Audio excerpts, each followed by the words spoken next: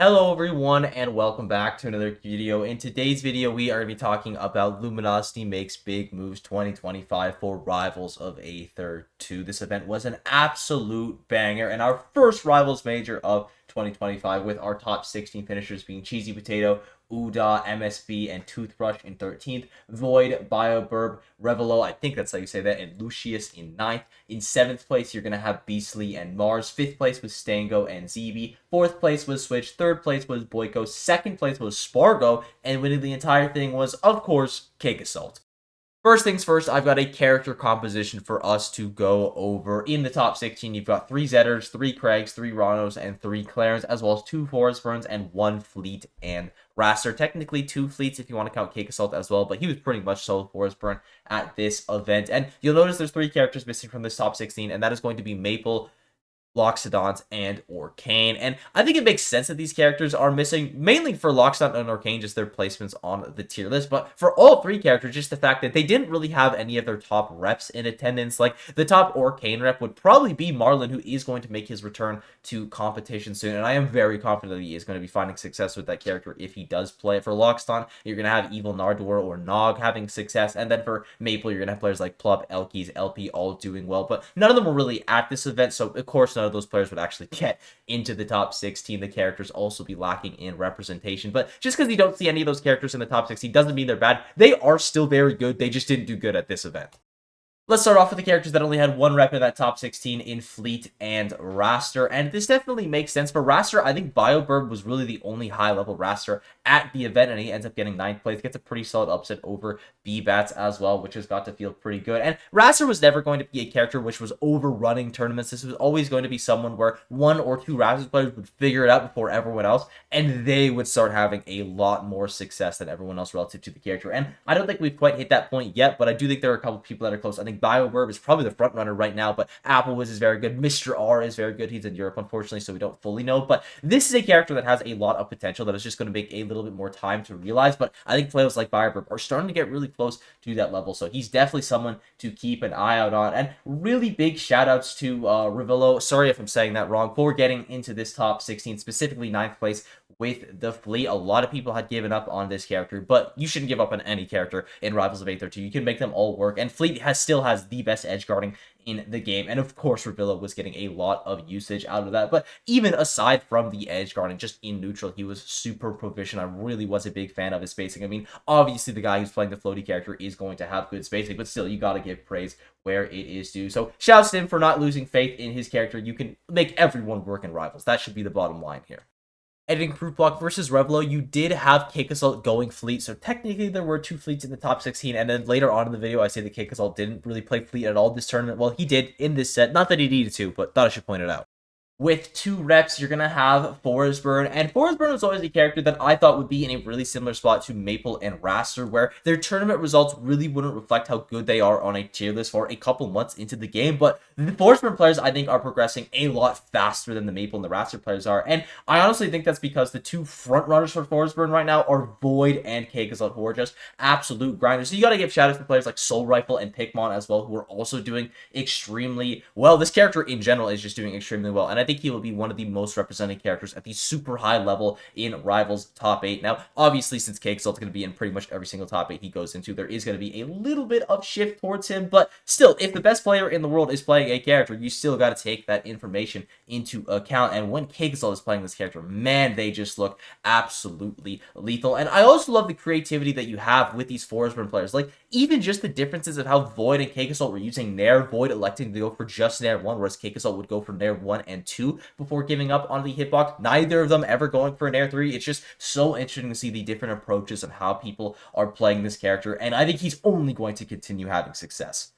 And the remainder of our characters had 3 reps in Zedder, Craig, Rono, and Clarence. And I think the majority of our Rivals 2 top 16s are going to look roughly like this. You're going to have a very even spread of characters, especially considering that the best 2 characters in the game, at least in my opinion, are characters that are better more so in theory than they are in practice right now. So some of the lower tier characters are going to be finding a little bit more success. And it gets even more interesting when we get specifically into the top 8, because you're going to have 1 Rano, 1 Forest Burn, 1 Craig, 2 Clarence, and 3 Zetterburns, and I do think that is going to be the trend in general, with specifically Zetterburn and Crag. Now, I don't think it's going to always act this way with Claren and Rano, but let me explain. I just think that Zetterburn is probably going to be the character that has the most success at the top level right now. He is just very good. His damage output is high, his neutral is good, his killing is amazing, and while his disadvantage state is exploitable, it's not to the point where players are pretty much just dying every single time they go off stage. Zetterburn or counterplay is absolutely still needing to be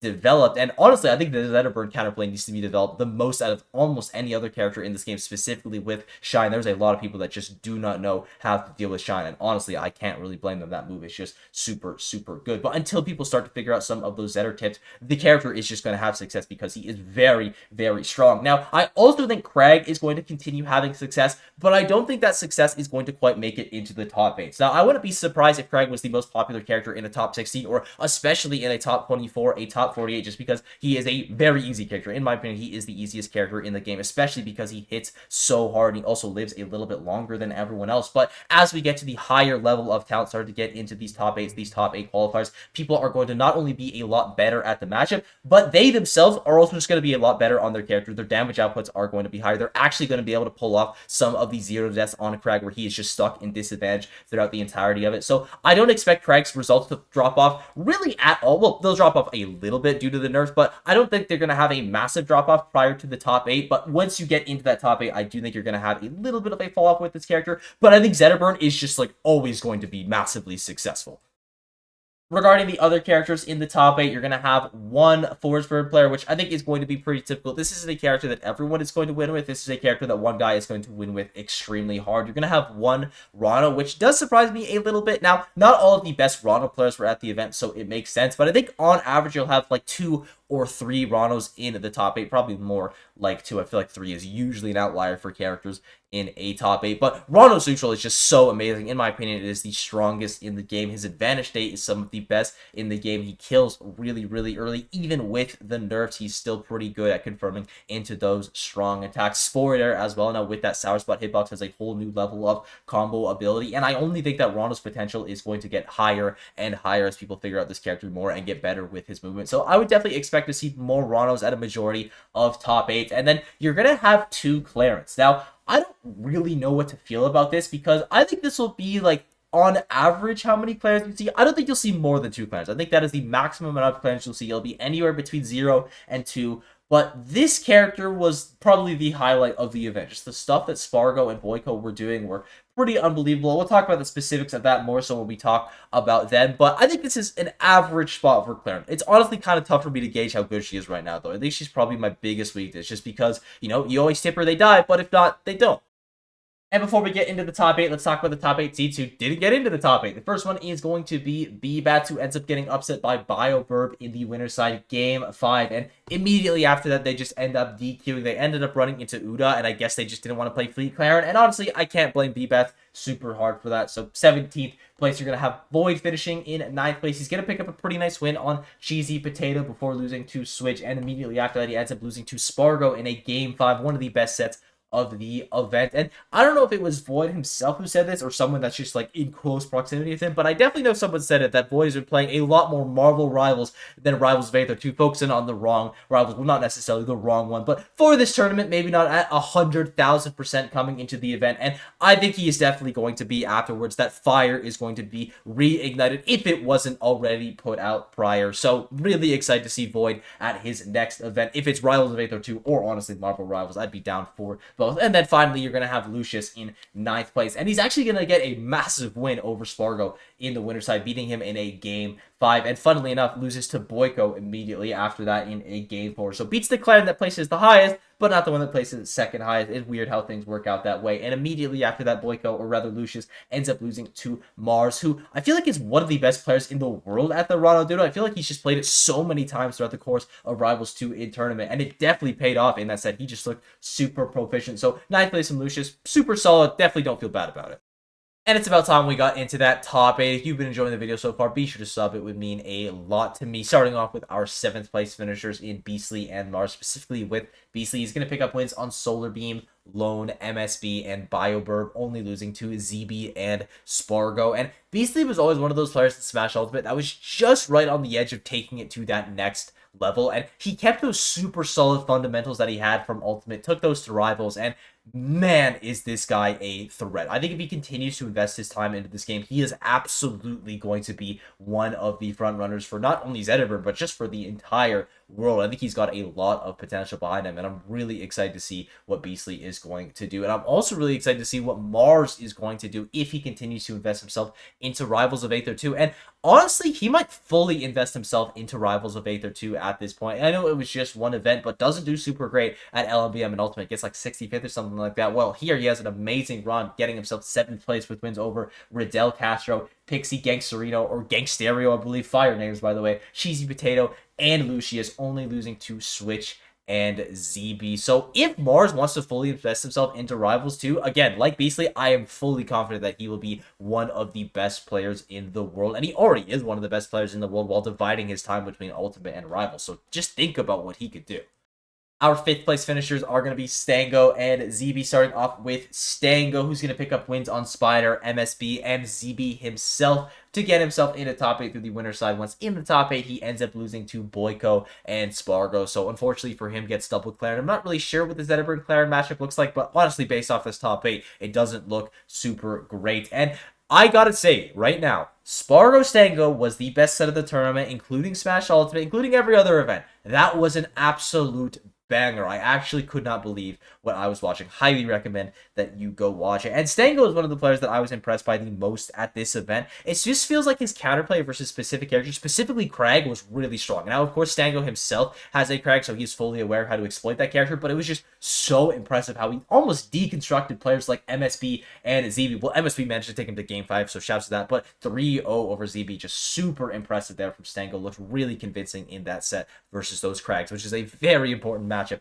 to know right now. And speaking of Crags, you're also going to have ZB finishing in 5th place. He's going to beat Jackie, Peanuts, and Beastly before being beat by Stango, but he beats Rivolo as well as Mars before losing to Switch. So he himself gets double Forest Burn at this event. I do think that matchup is a little bit tough for Crag. Definitely not unwinnable, especially since Crag's Vanish State is so strong, but I would say you are on the back foot for majority of the time. And earlier on in the video, I said that I would expect there to be less Crag players in these top 8s, but more Crag players in the top 24. I stand by that, except when it comes to ZB. I just assume that ZB is going to be in like every single top 8. This guy is unbelievable. He finds stuff that I feel like no other Crag player does, or at least the consistency that he does that, and he really does not care. If he thinks you're going to roll here, he's going to go for an F smash rate. If he thinks you're going to jump, he's going to try to call you out with a neutral special. He full commits to everything that he does, and because of that, you're seeing him have so much success. I really think that ZB isn't going to be the only Crag player that is going to still be super consistent. I think that Ion is going to be able to remain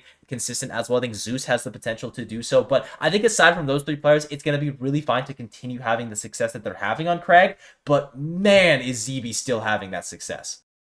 In 4th place, you're going to have Switch. He ends up picking up wins on Lone, Mars, and Void to get himself top 8 through the winner's side. Once in top 8, he ends up losing to Cake Assault, beats ZB, but then loses to Spargo. And I would say that Switch is probably the best Zediver player in the world. It's kind of tough to tell just because we haven't really seen a ton of Grompy offline. Same thing with Cody Schwab as well. I think he definitely has potential for that title. But from what I've seen, Switch just seems the most fluent with his character. His pressure is so efficient. He's just always up in your face. It's impossible to get him off of you. His disadvantage state is also really strong. I'm a really big fan of how he plays the neutral as well. And he's not spamming Shine thoughtlessly. He's very smart with his usage of Shine. He's using it as an actual mix-up tool instead of just a really strong button that he can spam, which I definitely appreciate. I think Switch has a lot of potential. He is only going to get better, and he's definitely someone that, as it stands right now, I could see winning a major.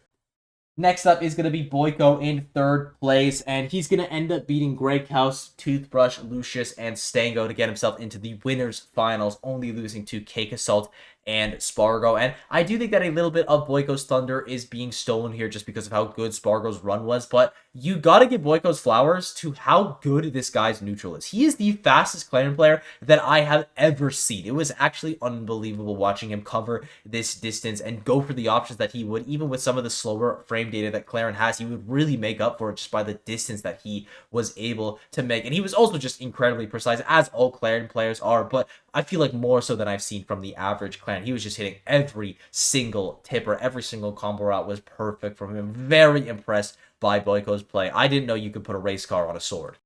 And the run of the tournament was easily Spargo in second place. He's going to end up beating Windforce before losing to Lucius, and in a row beats Korra, Toothbrush, Void, Beastly, Stango, Switch, and Boyko before losing to Kakazalt. But he manages to take him all the way to Game 5. The only person aside from BioBurb who took one game that took a game off Kakazalt the entire event. So very impressive from Spargo, and he's been playing this game for like a month. I believe this is his first ever offline event, and something that Spargo was getting a lot of value of that Boyko really wasn't was the neutral special. Spargo was getting a ton of value from specifically the first charge of neutral special, just using that as a combo tool, popping someone up, and I was very impressed by that. I thought his forward air ones were also very good. Boyko's forward air ones were also amazing, though. You got to give both players credit to that, but specifically Spargo was getting a ton of uses out of that one. But the moneymaker for Spargo at this event was undeniably his down air, and I think fundamentally Spargo was just a lot better than the people that he played, and I think the down air was the perfect example of that. He was just calling